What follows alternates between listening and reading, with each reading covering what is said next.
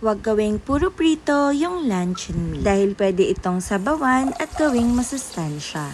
Mag-isa ng bawang at sibuyas hanggang mag-translucent. Kahit anong brand ng luncheon meat, basta hiwain mo ng pa-cubes. Pwede rin gumamit ng meatloaf kapag nasa budget. Maglagay tayo ng almost 3 cups of water. Titimplahan natin ito ng salt and pepper at haluing mabuti. Kapag kumulo at lumabas na yung aromatics, ilagay mo na yung sayote at yung 5 pisong miswa. Kayo ba, loves? May nabibili pa kayong 5 piso sa tindahan? Yung ginamit kong sayote ay 200 grams lang. Nagbibigay ito ng total of 48 to 50 calories depende sa pagluto. At dahil nga pre-cook na yung luncheon meat natin, during canning and manufacturing, kailangan lang natin ng 10 minutes para maluto yung sayote.